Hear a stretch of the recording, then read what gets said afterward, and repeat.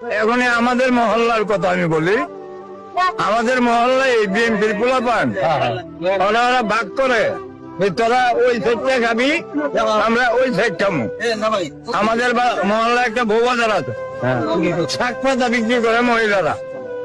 ওরা আগে আওয়ামী লীগ ক্ষমতায় থাকতে চাঁদা দিত 50 টাকা, আর এখন বিএনপির পোলাপানে চাঁদা নেই 100 টাকা। শাক পাতা বিক্রি করে মহিলারা, আলোক তো আইন নেয় না।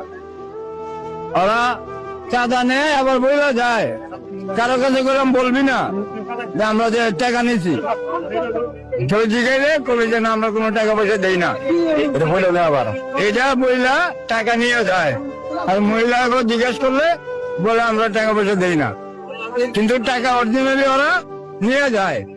এই কারণে বিএনপি থেকে আমার মন উঠে গেছে।